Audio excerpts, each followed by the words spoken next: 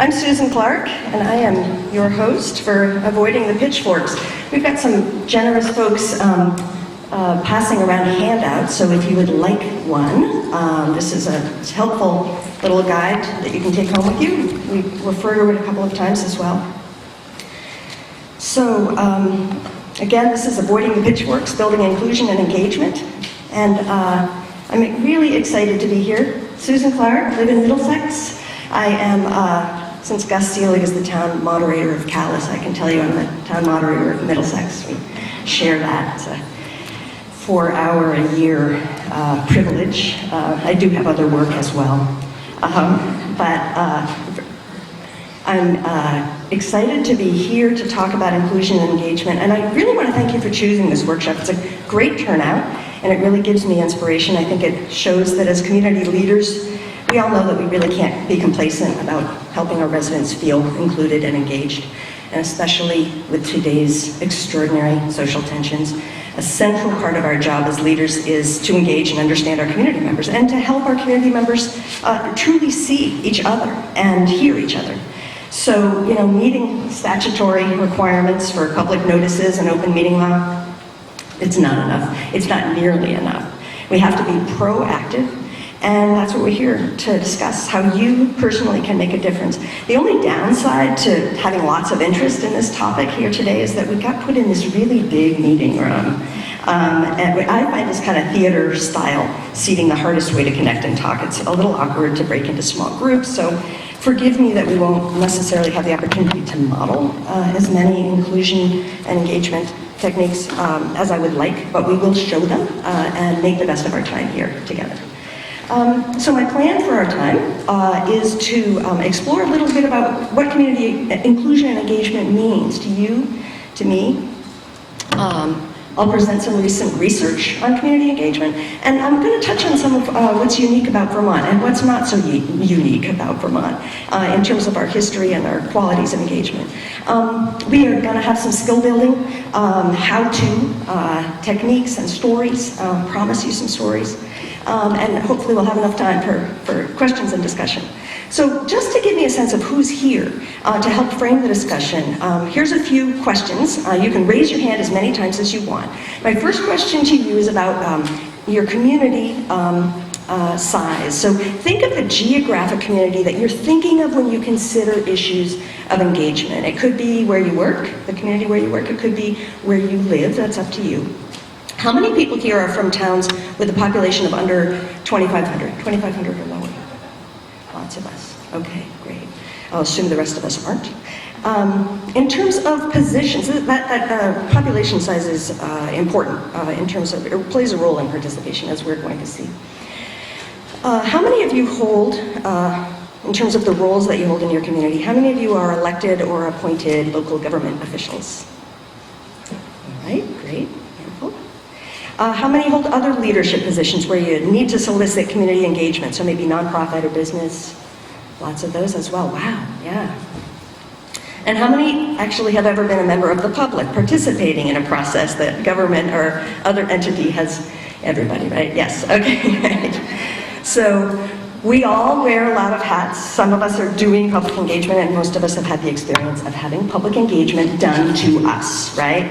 So we're going to look at this from all the different perspectives, but since this is a community leadership conference, I am going to primarily focus the discussion on best practices for hosting community engagement locally.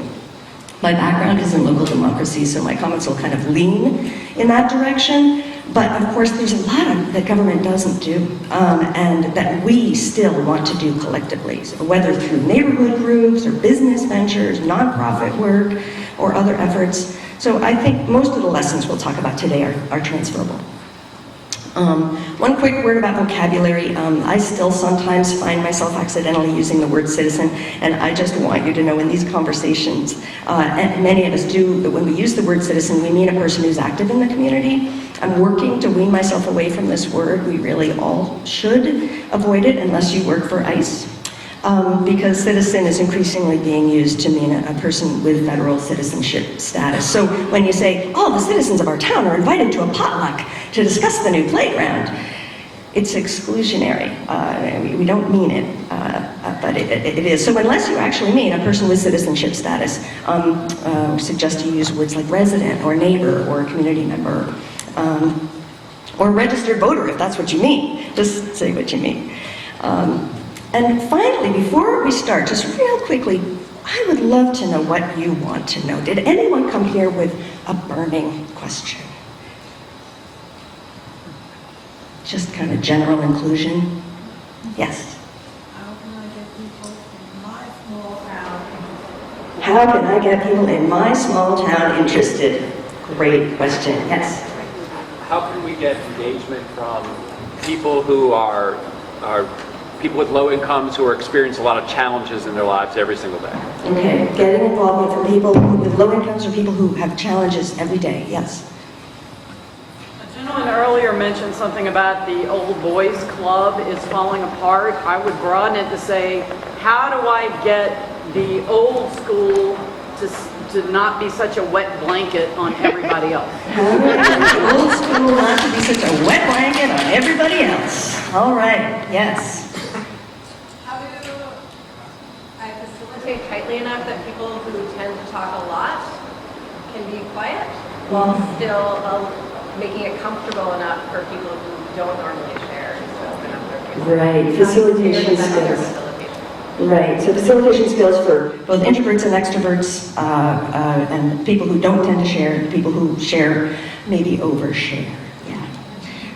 Great, and then there's some great facilitation skills. I'm not sure if we're going to be able to get to facilitation skills, but I will try. Yeah.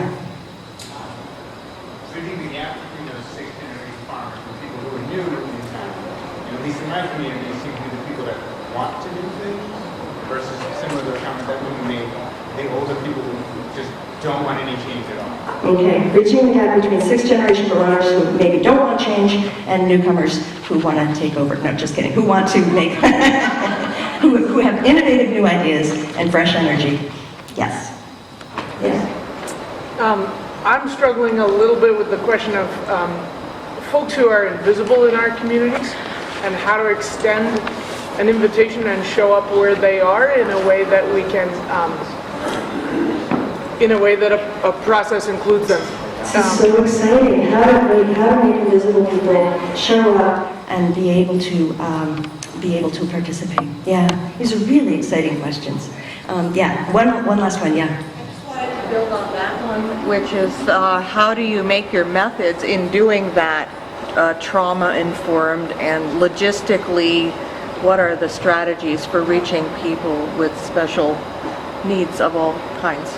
Wow, special needs, trauma-informed. These are really, really important questions. I'm so glad that we are all asking these questions, and we will, thank you for informing me. We'll try to get to as many of these as we can. Okay, so to start off, I just want to do a quick activity. What I'd like to do is have you think of an example when you've done public engagement in your community, and it can be any kind. It can be a public hearing, it could be a community forum, it could be a survey, any kind. And what I'd like you to do is think of 3 words to describe it. It can be positive, negative, productive, not productive, whatever comes to mind, 3 words. And we're just going to do a 60-second brainstorm. I'm going to time it. Think of 3 words to describe public engagement in your community. Go. Okay, that was 60 seconds. And just a little tiny bit of modeling. Introverts tend to think things through. Extroverts tend to talk things out. I'm an extrovert, and if somebody asks me to brainstorm, I'm there. Whereas introverts need a minute. So when I do activities, I try to have something for everybody. And so let's take 60 seconds for those of us who like to think a little bit. And 60 seconds for an extrovert is a long time. But it's... so it helps to time it. All right, let's hear some of those words. Community engagement. What do you think of? Collaboration. Exciting. Collaboration. Never ending. What's that? Not happening. Not happening. Antagonistic. Fractious. Open. Surprising. Bureaucratic. Ooh, I think I missed one. I heard fractious, open, bureaucratic. There was something in here. What was that? Messy. Messy. Oh yeah, messy. Same few folks. You know what I'm going to put? STP, same 10 people, right? We hear that one a lot, yes. I have a cycle. Show up, listen, speak, listen, act. Wow, that's aspirational. Okay, show up, listen, speak, listen some more, Listen to more. and then act. All right, interesting, good for you. Necessary. Okay, Possibilities. possibilities. Transparency.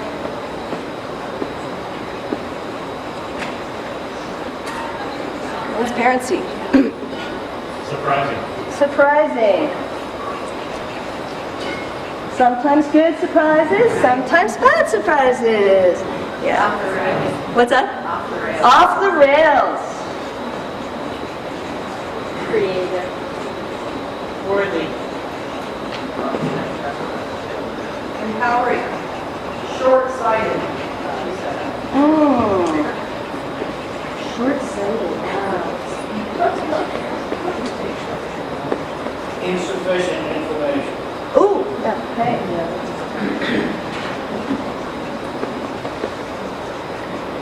Unwelcoming.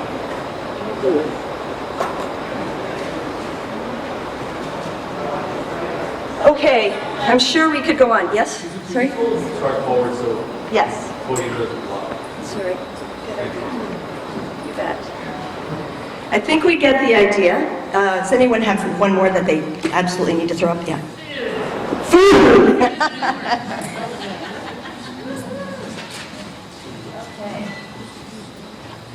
I'm not sure everybody's going to be able to read that, but hopefully you could hear each other. This is quite a mixed list, and that's my experience when I generally ask folks this question. Let's see if I can figure out how to use this. Oh yeah, that was the brainstorming video. That was when you were brainstorming. Okay. So this is what you just said, and it's not unusual to hear a real mix of thoughts and feelings when we talk about engaging people. I think a lot of you already know a lot about engagement and the ups and downs, so we'll refer back to this list as we go along, but suffice to say, I think most of us would like to know how to make our meetings look more like the bottom photo than the top one. So let's dive into this science of community engagement. A lot of the formal participation across the United States is defined by scholars as what they call conventional participation. So this means the meetings or hearings held by public bodies like school boards, city councils, congressional representatives, state and federal agencies. The classic would be the public hearing, like the ones at the legislature. And in the 50 plus years since public hearings have been the go-to public engagement mechanism, often mandated by statute, there's been a lot of research about how they work and how well they work. And it turns out, as my co-author and I pointed out in our book, Slow Democracy, public hearings are frequently neither. There's usually a pretty poor representative sample of the public, and there's very little hearing going on. The sad fact is that conventional participation is often worse than just ineffective. Here's some direct quotes from, this is a recent textbook that's now used in public administration programs called Public Participation for the 21st Century. Conventional participation tends to increase citizens' feelings of inefficacy and powerlessness. It decreases political interest, decreases trust in government and public spiritedness, and damages perceptions of governmental legitimacy. It may even increase polarization with people shifting toward more extreme positions. And if any of you have ever been in a public hearing or been at the podium at a public hearing, you'll notice that people tend to sort of drift to their camps. That's in the setup. It's in the DNA of the way public hearings are set up. So that's not good. But it gets worse because conventional participation can harm administrators and public officials. It's really frustrating and discouraging, and sometimes even dangerous to deal with hostile, uninformed citizens at public meetings. In terms of everybody, conventional participation can harm policy and governance. As the relationship deteriorates between the people and their institutions, the legitimacy and financial sustainability of governments continues to decline. So one of the great strengths of Vermont is that we often feel that government is a we and not a they. Public hearings tend to other the government, and we tend to wind up on opposite sides of each other. So no wonder people are angry. Our conventional public processes not only don't help us to identify solutions, rather than helping the best ideas win, what becomes permanent is the battle. So clearly we need a better way to engage people. So what would make our processes more effective? To answer that, I'd like to take just a brief little foray into the amazing and sometimes amazingly frustrating human brain. So what is it about human beings that makes our interactions so many of these negative, so many of the negative words that we listed here? There was a study done in 2006, a well-known study that has since been replicated many times, where researchers using brain science technology wired up some voters to explore exactly what happens inside our brains when we receive new information, especially new information that doesn't fit our worldview. So a group of self-described Republicans and Democrats were subjected to unflattering information about their own party's candidates. Now, according to their MRIs, when they were confronted with information that contradicted their biases, their brains actually underprocessed the information. The prefrontal cortex, which is responsible for conscious reasoning, hardly even fired. And instead, the emotional circuits of the brains lit up. So basically, participants' brains used emotion to ignore information that they didn't like and didn't want to hear, but couldn't discount intellectually. And by the way, get this, when we go through this process of reinforcing our pre-existing beliefs, the reward centers of our brains light up. So, it kind of explains why we keep on clicking when we're on Facebook. I agree with that. Ooh, I agree with that too. And go down those rabbit holes of confirmation bias. Now remember, this is a physiological reaction, and it's a physiological reaction for both liberals and conservatives. Evolutionarily, there is a reason that our brains work this way. Polarization is really effective for building tribes, which is very important to survival in terms of evolution. But it's really terrible for processing information, or dare I mention it, finding solutions in today's modern society. How can we come up with creative new ideas if our brains won't even take in new information? We can't. So, to add to this, many of today's hot topics, climate change, race, immigration, they're so complex that they're what analysts call wicked issues, they're wicked problems, that there's no simple one right answer because there's competing identities and competing underlying values. So a quick example for me of a wicked issue would be citing windmills. For me, on the one hand, I want to support alternative energy. And on the other hand, I want to protect our beautiful ridge lines. So that's the good guys versus the good guys for me.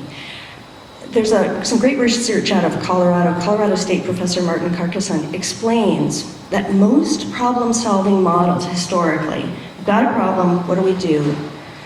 The problem-solving model focuses on one of two things, expertise or activism. Wicked problems are inherently different.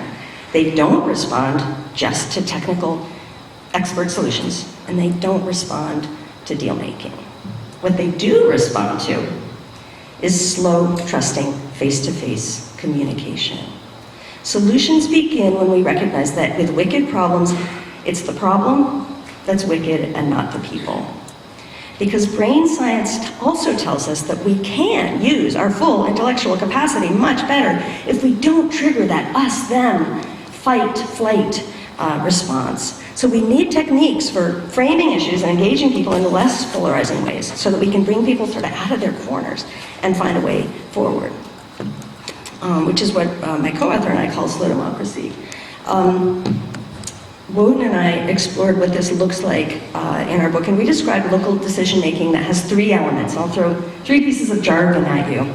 The first one is inclusion, which we've already heard multiple times today. We're not talking about just making sure everybody's represented. We really want processes where everyone has a way to participate. So inclusion is a really rich word. The second word is deliberation. And again, we're not just talking about talking. We're not talking about debate. We really aren't talking about debate. We are talking about a really rigorous definition of deliberation that includes gathering excellent information. Somebody mentioned information earlier.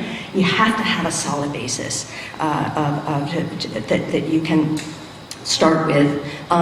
Weighing options, which is a very important piece where we actually talk about the upsides and downsides of all the options instead of kind of saying, let's only talk about the upsides of this option. You know, it's not a sales job. It's let's really weigh these options. And then we create solutions together. So with a deliberative process, it's not A versus B, it's let's co-create C. And then the third one is power.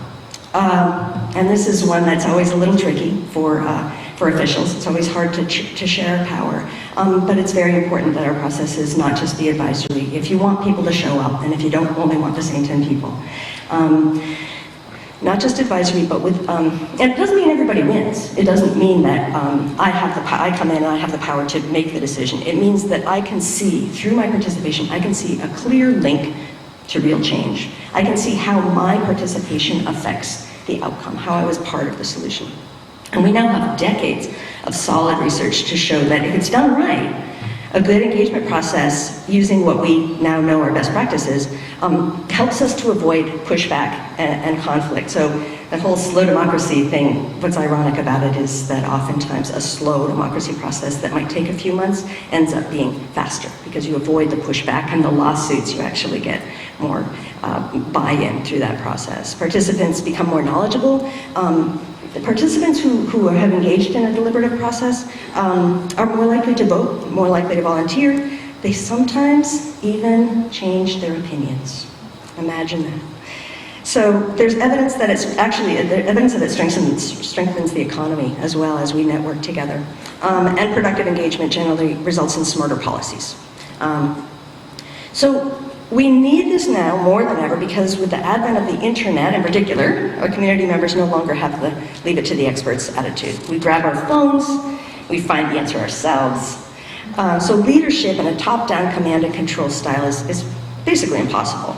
My colleague Matt Leininger says that we are way worse at being governed since the internet. But good news is we are way better at self-governance. So that's part of leadership, is allowing that to happen. So I'd like to focus just for a minute on Vermont. Oh, I forgot, those are my words. Inclusive, deliberative, and empowered. And here are some Vermont shots. So a few things specifically about Vermont. First of all, the Green Mountain State is changing, as we all know. You'll hear this in workshops repeatedly. We are still one of the whitest states in the United States, but along with many places in the US, our communities are becoming more diverse, racially, ethnically, and in other ways as well. And as leaders, it's imperative that we understand and learn how to best embrace these changing demographics. And brief advertisement, we've got some great workshops coming up this afternoon specifically on diversity issues. There's a 1 o'clock session called Sustaining Cultures of Diversity, Equity, and Inclusion with Curtis Reed, and at 2:30, Addressing the Pitfalls of Dominant White Culture to Build Up Inclusive Leadership. That's with Sue McCormick and Keisha Ram. So I'm really excited about these workshops that'll help us go to the next level. But meanwhile, I'd like to focus for a minute on one aspect of division in Vermont, which might look a little different in some ways, from prejudice based on race or country of origin. Vermont has a long history of othering, as long as any other state. And these are 2 books by Northern Vermont history professor Paul Searles. And I'd just like to touch on these briefly and recommend that you take a look. His first one, his 2006 book, is called Two Vermonts. And it offers a lens to examine the history of our rural values. So what does he mean by two Vermonts? He's looking at the industrial era, or 1865, 1910. That's when he's looking at when a split emerged in Vermont, and he describes what's now a long-standing division between two Vermont populations. He calls them the uphillers and the downhillers. The traditional uphill country-dwelling farmers, they had settled early in the hill farms. The downhill village-dwelling professionals were more likely to live in concentrated populations near the mills. So you might think the uphiller and downhiller split had to do with education or economic factors, but Searles writes that these had less to do with education and economy and more to do with identity and ideology and values. So he writes that those with uphill values were characterized by their affinity for localized, informal, cooperative communities typical of rural America, whereas downhill communities had inclinations toward competitiveness, formality, contractual relationships, comfort with concentration of power and increasingly larger institutions. Here's an oversimplified example. If your neighbor's dog is barking, who do you call? If you call your neighbor, that's an uphill tendency. If you call the animal control officer, that's a downhill tendency.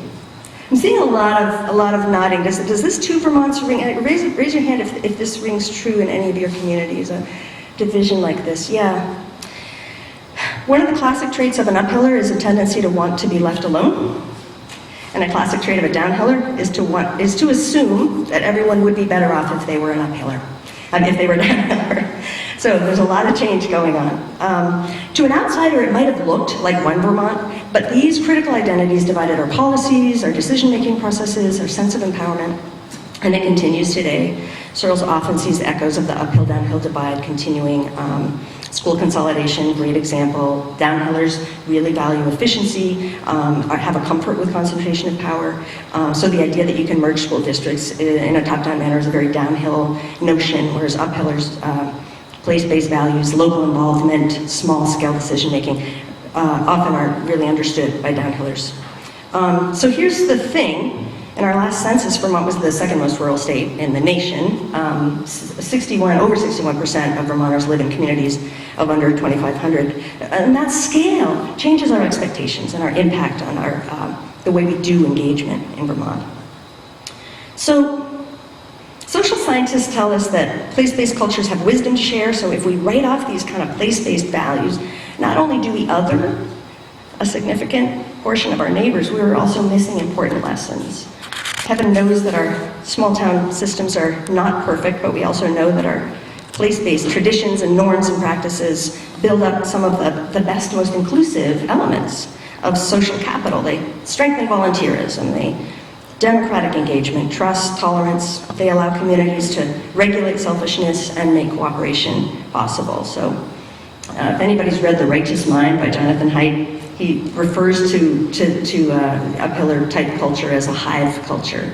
But many of the well-intentioned progressive policies aimed at helping individuals end up harming the community. So he points out you can't help the bees by destroying the hive.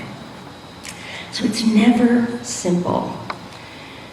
And by the way, if you're wondering if you're an uphiller or a downhiller, the answer is you're probably a little of both. Because like I said, it's never simple. Which brings me to Paul Searles' second book. It's just out this summer. I haven't even finished it yet. It's called Repeopling Vermont. He explores the paradox of Vermont's development in the 20th century. So something really to take a look at and think about. On the back of the book it says, at the turn of the 20th century, state leaders believed Vermont's overwhelmingly rural character was both a distressing problem to be solved and the state's greatest asset. If they didn't take action, Vermont's natural environment and small-town character were at risk. But many of the economic and regulatory actions that they proposed and in many cases took imperiled our rural traditions in other ways. So there's no heroes and villains in this book, but there are some fascinating Vermonters, old and new, trying desperately to do the right thing, as we are today. So you may have heard of the discussions around this book. They're hosted in partnership with Vermont Historical Society and Vermont Department of Libraries. There are discussions all over Vermont this summer. around this Paul Searle's book, and he's happy to come to a library near you. So another plug. Like I said, it's not simple. It's an ongoing conversation, which is why now more than ever we need these skills that we've talked about. Okay. Vermont. Great. Let's switch gears. Let's talk about how to. Let's get to some tips. Let's do some stuff. I'm going to offer a few tips and then tell you some stories. See if these tips resonate for you and help touch on some of the questions that we raised earlier. And the first tip that I'm going to give you is the one that I and my colleagues, most of us have made this mistake. It's the one that we get wrong the most often. And that is, know what your goals are for engagement and then match your techniques to your goals. So why? Why do you want to engage people? There are a lot of good reasons. And you can have different meetings throughout the year with different processes. So is the meeting that you want to hold an exploration? Are you just kind of trying to find out what people think? Brainstorming, small group discussion, those are good tools for an exploration. But is it conflict? Conflict transformation. You're trying to fix difficult relationships or fix a specific conflict. This is a whole different set of skills. It requires skilled facilitation. It's a different format. Is it a decision-making process? For instance, a town meeting is a decision-making body. When we try to use town meeting as conflict transformation or group therapy, people get really frustrated because Robert's Rules of Order is not designed for that. It's designed for deliberative decision-making bodies, the end result of a deliberative process. So matching the technique and the format to your needs is really, really important. So be clear with yourself about the purpose of engagement and match your design to your goals. And then communicate it really clearly with the public about what you're doing. This is an informational meeting. This is a decision-making meeting. Nothing makes people grumpier than feeling like they came to a meeting under false pretense. So they wanted information and they aren't getting any. If you've ever been to a public hearing and had people ask questions and the people up front say, well, this is a public hearing. We're not going to comment on that. We're just here to hear you. Or they wanted to talk and they don't get to, which is many board meetings, right, where people are like raising their hands, they want to talk, and the board's like, well, we had a moment at the beginning where people were allowed to talk, but now you're not allowed to talk anymore. So, if your goal is informational, one-way transfer of information, you might be fine with like a fact sheet or a website or an open house if you're at this end of the spectrum. As you move along the spectrum, you're sharing power more. So if you want to consult or involve the public, you might want to do surveys, you might want to do interactive workshops. As you get to the far end with collaboration and empowerment, that would indicate participatory decision-making tools. And of course, town meeting and ballot voting toward the end. So a word to the wise, the bigger the public impact of the topic, the farther along this spectrum you want to be. Yeah? Kind of a key understanding and the place where you are. Does the state of Vermont require all public meetings, or particularly select boards, school boards, to use Robert's Rules, or is Robert's Rules just the default decision-making process if you don't choose something else? Is Robert's Rules the default decision-making process, or can you choose a different format? I know for town meeting, as town meeting moderator, it is the default. Meaning that at town meeting, if what it says in the statute is all town meetings will be run by Robert's Rules of Order unless the body chooses a different decision-making process. So we could run our town meetings by consensus if we adopted that. I don't know the answer to your question in terms of select boards and school boards, but I do know that sometimes our leaders, understandably, will stand behind the structure as an excuse, sort of as a, it's kind of like, we're not allowed to do that because of Robert's Rules, and that's something we need to watch out for. Not every meeting needs to be run by Robert's Rules if you warn it as a different process. There's no reason why a select board can't host a round-robin discussion, small group, large group. There's no reason why you can't be flexible in that. So, some of the red flags that would indicate more complex engagement is the issue that you're dealing with really complex or controversial? Does it impact a large number of people? Is there an imbalance of power? So engagement can make all the voices heard and help understanding. This is a pretty helpful thing to look at when you're planning an event, and on your handout, the very last link is a link to this little chart. So if you want to look at it at home, you can. I'm going to refer a little bit to that handout that we gave you. And please note, by the way, that handout that you have in your hands is also available online. Again, on that last page, there are 2 links at the top, so you can actually download this and share it with your boards. And there's a longer version of it as well. Don't have a handout? Yeah. Do you have the box, Eddie? Thank you. This is my friend and temporary staff person, Eddie Gale. Raise your hand if you need it. Oh, there's one behind you as well. Okay, great. When you're done up here, there's one back there. Thank you. Okay. So, one of the a helpful term that might be useful to you when you're thinking about engagement is this question of thick and thin engagement. Thick, thin, we talked about conventional engagement, and that's one of the types of engagement, but as you'll see on page 2, we talk about thick engagement and thin. So what's thick engagement? That's like an intensive kind of engagement. Most of the action happens in small groups, so people can have more connection, and that's one of those helpful things, again, introverts, extroverts, or people who don't like public speaking, which is a lot of us. In a thick engagement process, you can be in tiny little groups, really have a conversation with your neighbor, and then have report outs. And it helps more inclusive. It's oftentimes more civil, less speechy. Informed, with lots of good background information. Deliberative, where people are weighing a range of issues, as I mentioned.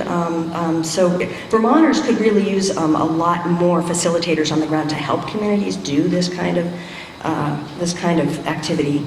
And then action-oriented. People are encouraged to see how they can continue to participate. So it's not sort of one and done. It's, okay, now we've come together. What are some of the things we want to do together? Can anybody think of some good examples of thick engagement that they've seen? Yeah? Neighborhood planning.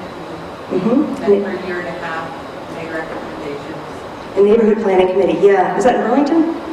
No, Cambridge, Massachusetts. Cambridge, Mass, yeah. Okay, so yeah, a lot of Burlington had some as well. They run neighborhood planning commissions or committees. Oftentimes can be very action-oriented. Sometimes they even used to get like block grants and whatnot that they could actually take action with. Hand back here. There was one in Waitsfield recently that I think kind of falls in thick and thin, maybe in between. And what it was a gathering with potluck and answers the food question, which is very popular.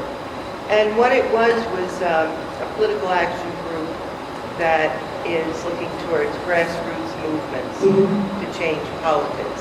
And this is the level that they start on. And what happened in the meeting was it really wasn't facilitated. It was just put out there. And the idea was to sit down in groups and pick up anything you wanted to discuss. So things got discussed from everything from a national level down to the particular change in local government and local politics and what people want for their community. And that different things happened at different tables. There was no real facilitation. It was just sit down. And it really fit that thick and thin because it really addressed a hot political issue going on in Waitsfield now. And it also looked at a higher level. Great, yeah, and there are a number of actual processes that people use to break people into small groups. World Cafe is one of them, Conversation Cafe, where you can break out, have unfacilitated, sometimes you start with ground rules, but unfacilitated, sometimes around a question, and then you come back together. Yeah, yes? I've actually been involved with engagement more on a statewide and New England level, which is very strange because you think why, it seems so much more appropriate for communities, but I haven't had that experience quite as much in my community. Maybe with Irene Recovery, we've had some of that, but yeah, typically it's through food systems work. It's very intentional food justice work and food networks that brought in the facilitators so we can have that experience. But I just find it interesting that I've actually had, in reflection, had that experience more on that level. So one of the things that I've noticed with dialogue deliberation is that local governments are often the last to know. In terms of great techniques, oftentimes the great techniques in facilitation processes will come from business. Sometimes they even come from the military. They come from all different kinds of places where great thinking is done. But sometimes we're the last to learn about some of these, and yet it is where it's needed most. I think some of the tendencies of thick engagement are things that local communities kind of know in their hearts and actually do organically. Things like barn raisings and potluck, and those are the things that organically we know. There's a reason that New England has some of the highest social capital in the United States.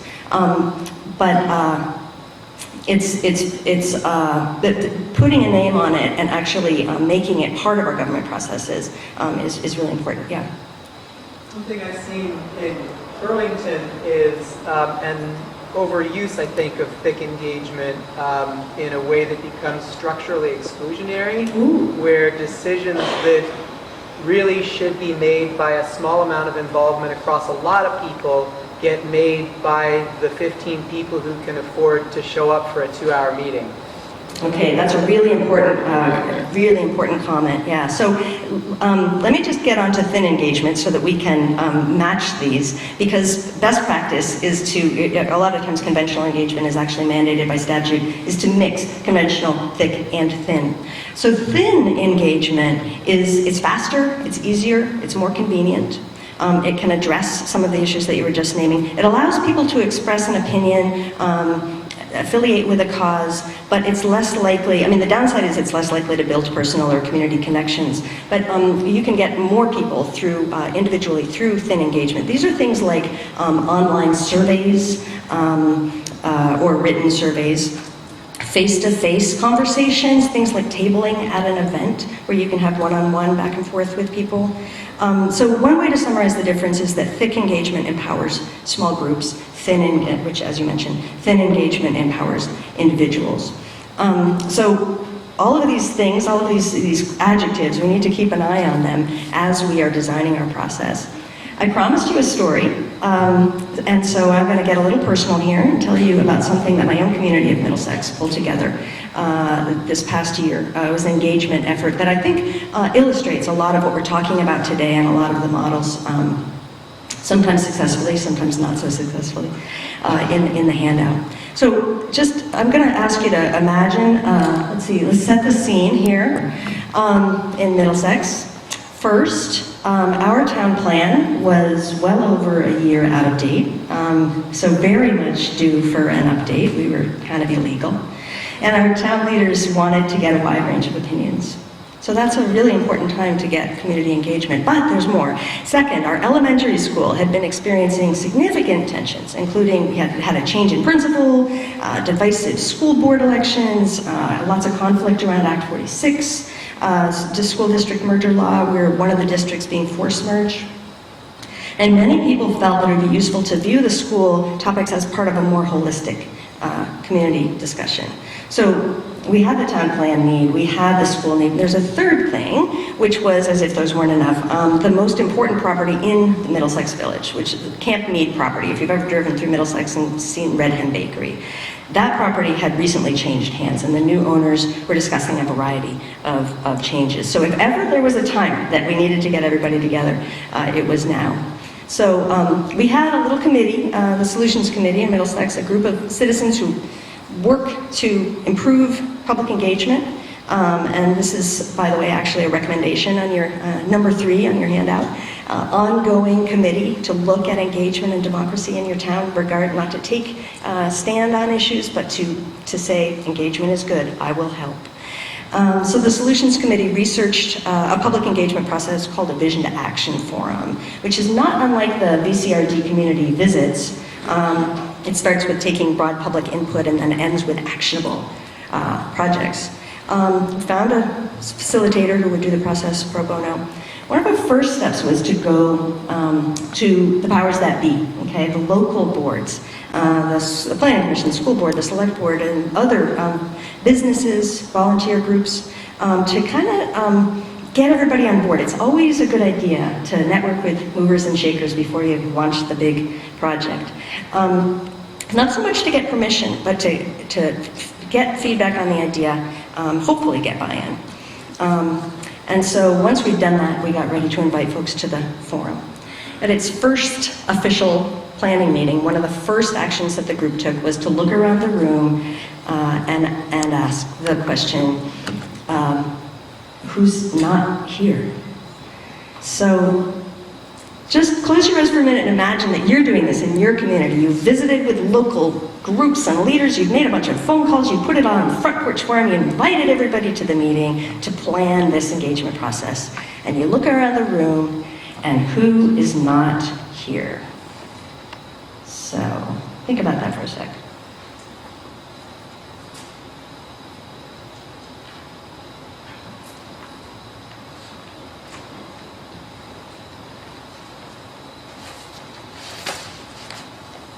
Okay, who didn't come?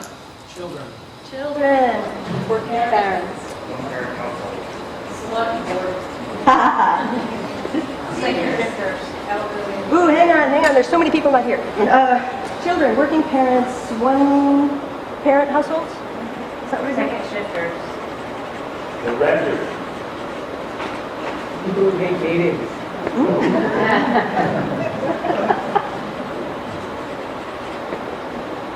Transportation challenges. Business owners. English second language.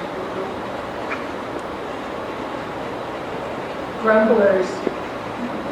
Right, they just grumble, they don't show up, right? Sorry, second Language. Second language. I was like, second, what was that? Someone mentioned elderly disabled as well.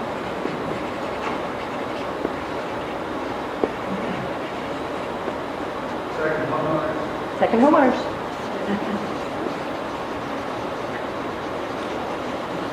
Young people. What was that? Young people. Young people.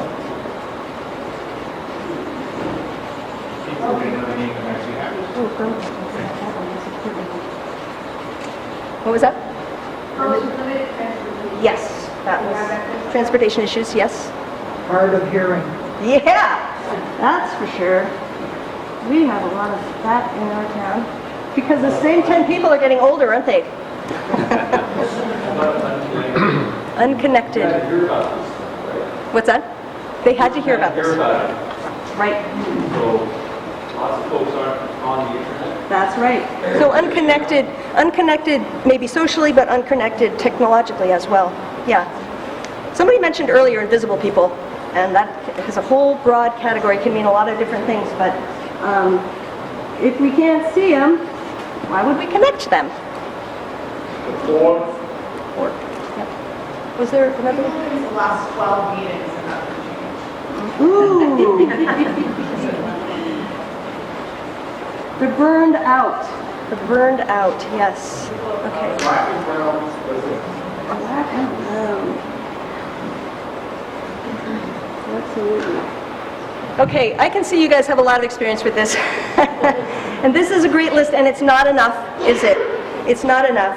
We have to think about gender balance, we have to think about racial and ethnic diversity, age diversity, long-time residents and newcomers, income, socioeconomic diversity.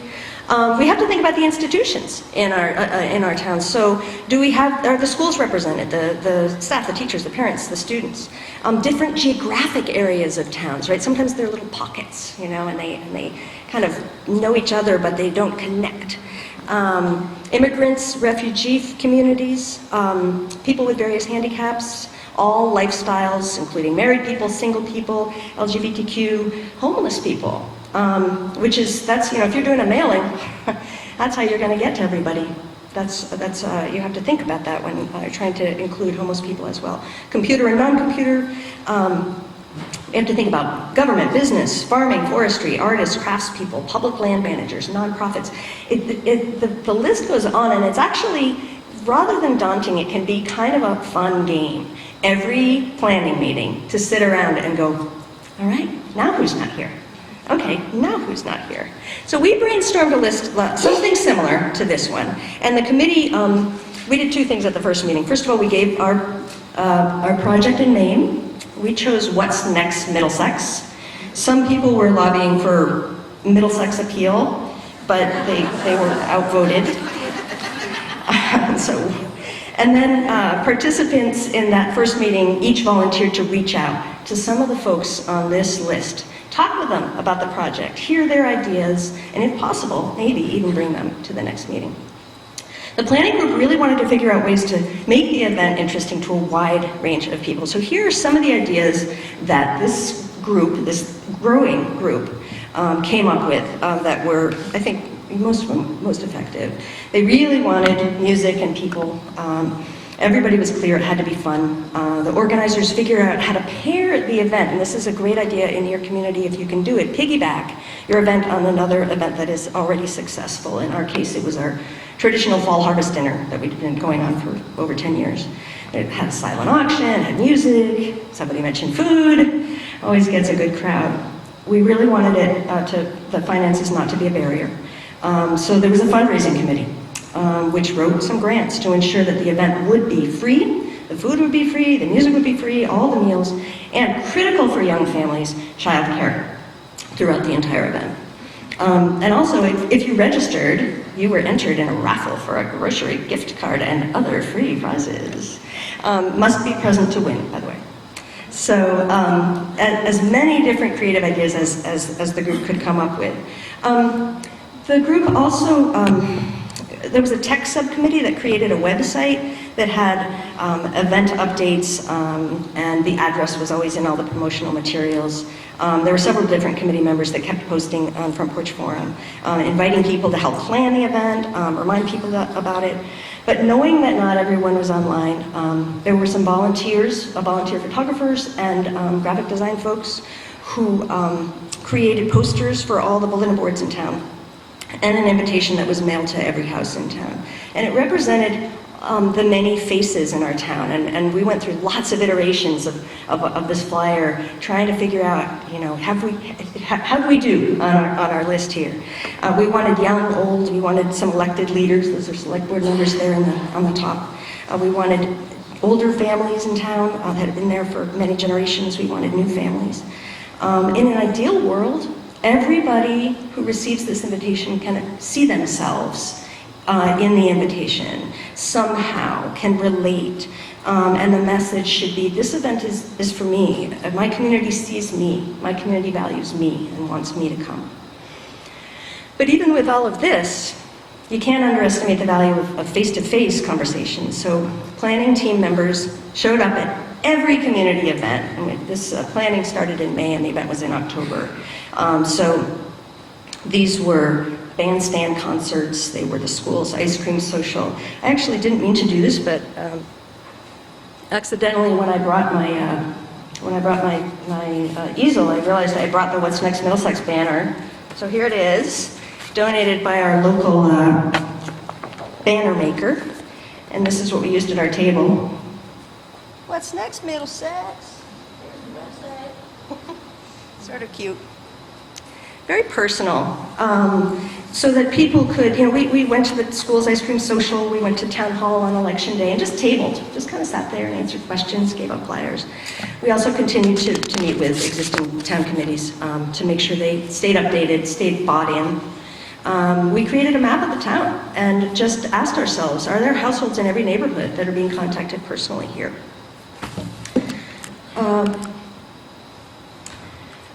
The vision to action format calls for a mix of large group and small group formats so everybody's voice can be heard. So in the 2 weeks before the event, we had a facilitator come in and train 20 people, over 20 people in the community in facilitation and recording skills. And somebody mentioned needing facilitation skills.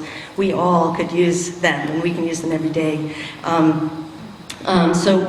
Having this, it was a capacity building method that left our community with, a couple dozen more folks who could be called on to facilitate in future events.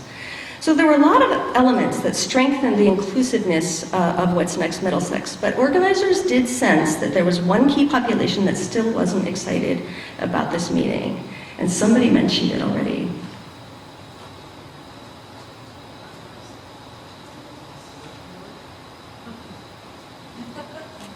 People who hate meetings.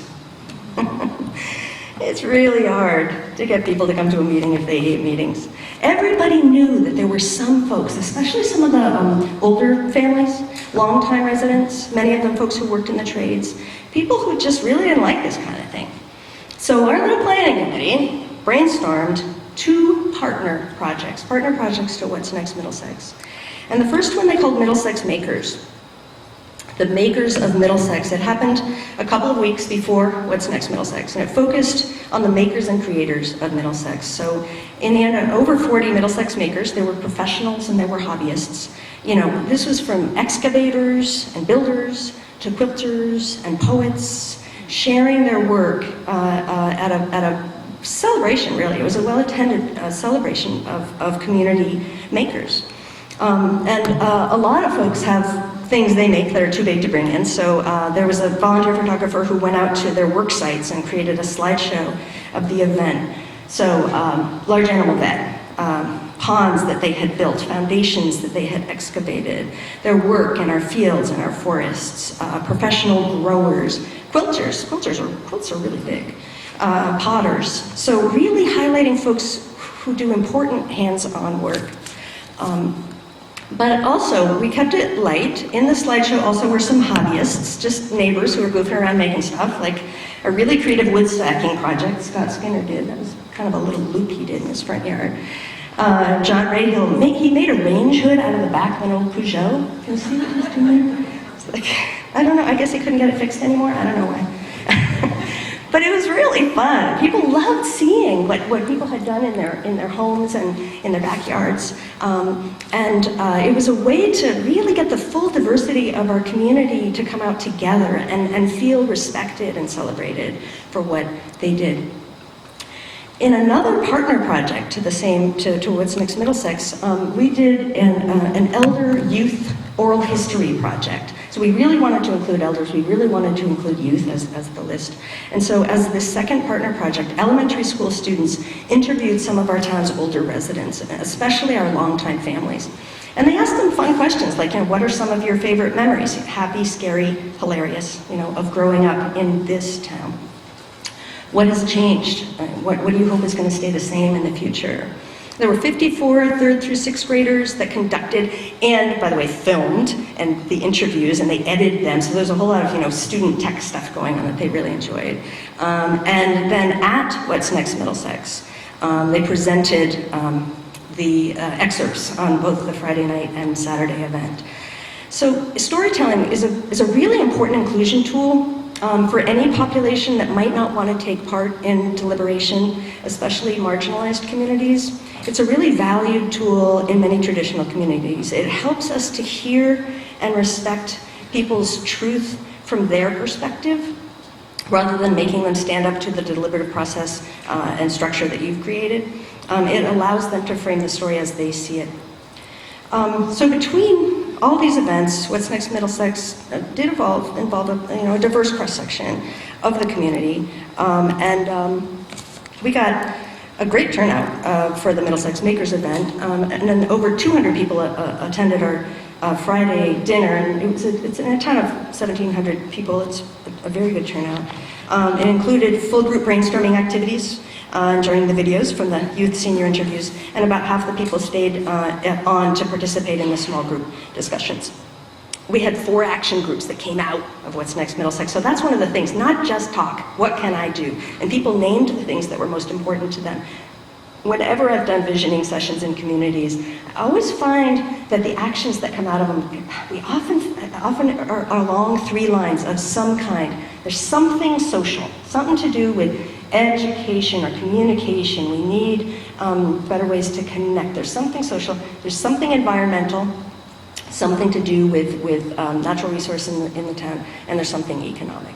And sure enough, in Middlesex, we ended up with 4 committees, and they were one about communications, one about getting more events in town, one about trails, let's get better trails in our town, and one about economic development in the village. And those committees are still active. So in the end, the planning committee believed that at least every person in the town hopefully felt invited and welcome. Okay, so we have 10 more minutes. I had some ideas for how we could talk about the handout, but I think maybe we should go just to discussion and questions, because I'm sure that some of these things have raised questions for you. Yeah? At the beginning, you asked people to list all the different words that came into their mind when they thought about public processes, and most of those words were sort of disparaging on the negative side. They were the words reflecting problems. Then you went, when you started, and you spoke about the work that's been done around the country, looking at these same systems, and sure enough, all around the country, the people are experiencing the same problems. And the one thing that all have in common is Robert's Rules of Order. Majoritarianism, in which we decide what to do with a majority of one, and the rights of minorities are usually discarded or ignored. It is Robert's Rules and majority that is probably more divisive and will always prevent that cohesiveness that you're looking for in decision making. Well, I think that's a really important comment, that Robert's Rules can be really divisive. And, you know, as town moderator, I have a little warm place in my heart for Robert's Rules. I know I'm weird that way. But I will say that General Robert, the guy who invented Robert's Rules, he was a Civil War general, and actually also an Army Corps of Engineers general, which makes him doubly linear thinker. What he was dealing with at the time was a post-Civil War America that had a huge groundswell of people who wanted to engage, and no format for doing that. No way to do that besides getting together and kind of a little bit of mob rule kind of thing. So Robert's Rules was invented to be better than mob rule. And it was also invented to have large groups of people find a path forward together. So I absolutely agree with you that it's linear and rigid. And it does not, the great downfall of Robert's Rules is that it doesn't allow for a lot of back and forth. I mean, I constantly have to remind people to address their comments to the moderator. If I see a person in town meeting turning around and talking to, saying, well, and you, it's like, no, up this way, everything this way, to depersonalize, help people focus on the issue rather than the personalities involved. So there are reasons for Robert's Rules, but I will say, absolutely blanket statement, we cannot rely on town meeting and other events run by Robert's Rules to be the exclusive way that we get together in communities. It would be inhuman. We need excellent deliberation throughout the year in multiple ways. Even if you see town meeting as a legislature, which it is in issues of finance and governance, what we need is active legislative committees throughout the year who are hanging out and talking. If you've ever been in a legislative committee, if you've ever been in a committee room, they're hanging out, they're talking, they're getting to know each other, they're contradicting each other, they're sharing food oftentimes. These are the ways we need to get together throughout the year and then choose our method for decision making. Yeah. How many hours of planning stuff to put on between everyone who's involved? An estimate of how many hours of planning it took to put on? Nope. I don't have an estimate. Actually, it's interesting. When we talked about difficult issues, and we talked about that spectrum, the IAP2 spectrum, one of the things that I think creating the event, even if the event had never happened because there'd been a typhoon that day, just the work that went into creating the event was thick engagement and built community. And the goals of the event was to build community. So I think the process is as rich as the product. So it wasn't a question of counting hours. So I would say a lot of hours, especially if you count them individually. But most of the people involved were doing that because they loved our community. They wanted to bring folks together. And then the meetings themselves, we always had food at the meetings. We always it was funny because we would have the meeting, we would get through the agenda, and I noticed that nobody left for half an hour. Those planning meetings always ended up turning into social gatherings.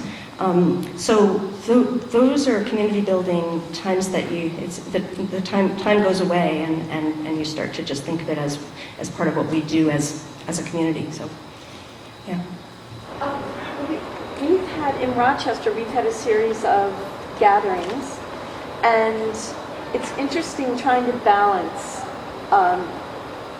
folks who are looking over the horizon and those who are still sort of stuck, and trying to balance that in interesting small groups. Having people buy into the process is a challenge. It takes time. What if you had to choose your top 3 tips on how to address the needs of both types of groups? Mm-hmm. I know you talked about the spectrum there, mm-hmm. but there's some people who get frustrated that, okay, come on, we gotta, let's just jump in, let's get some solutions. How do you make that bridge? How do you build a bridge and have everyone walk over it with you? That's the $50 million question. How do you build a bridge and have people walk over it with you? There's a huge element of trust, a huge element of trust building. So I would say number 1 tip has to do with listening. Really, in fact, I'm going to say my top 3 are listening, but checking in before saying, we have an idea, we'd like to do da-da-da. To say, here are some issues that we see that we'd like to address. What issues do you see that you would like to address? Asking for ideas. So oftentimes living room meetings can be a way to start. There's a technique that you're going to recognize, but here's the formal name for it, cultural vouching, which means when you bring people together to have a conversation, is there somebody that they can see in the convening team that, quote unquote, looks like them? Do I see, in Randolph, New Hampshire, they were trying to preserve some land, a big parcel of land near the White Mountain National Forest. And it just naturally occurred that they did some cultural vouching in that team. It was a 3-person team, and the one person on the team was the head of the chief of police, who was really active in the snowmobile club, very active in the hunting community. Another person was a guy who worked for the Appalachian Mountain Club, head of the Conservation Commission, total green tree hugger. A third person was just a retired person who had enough time to attend these meetings and organize these meetings.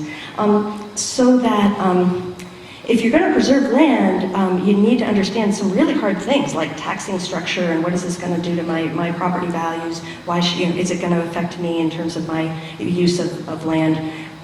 If my brain is shut down in that way that we talked about at the beginning, that information isn't going to penetrate. But if I can look at the room and say, well, okay, well that guy, I understand, where that person's coming from, or she's somebody that I know. My brain is going to be more likely to open up and take in some of that information. So some of that trust building is really important. Yeah. How do you translate this level of engagement to turnout at the ballot? Some of these items have to go to an Australian ballot before the town, and we're seeing increasingly misinformation leading up to election day influencing people's votes. So how do you translate or make it to that next step? How do you translate slow democracy processes into ballot box turnout or ballot box successes? Yeah, certainly helping people understand the issues is going to make them more likely to feel empowered. It's an interesting thing that we see in town meeting data, that even though town meetings tend to be, you get a smaller turnout at the town meeting itself than if you got rid of town meeting and switched to Australian ballot. What we see in the inclusion data is that there's no link between a town's socioeconomic data and education, the kinds of things that we do see a link with ballot box voting and their turnout at town meeting. So this says something about the kind of trust that we can build at the local level and kind of understanding that we can build. So I think that in general, a good deliberative process does help people absolutely helps them make more informed votes later on. Certainly the process that in New Hampshire Listens, that uses a study circles process that they use in Portsmouth, has seen multiple town plans, processes, and difficult issues like school redistricting. Once they've done a deliberative process, the responses are more likely to pass at the ballot box. So I think that there is a link. I see that our time is up and people are starting to move, so I regret that I need to close. I would love to stay here with you all day and talk, but I will be around all day if people want to follow up, have any thoughts about the handout or other things that we've talked about. So thank you all for coming.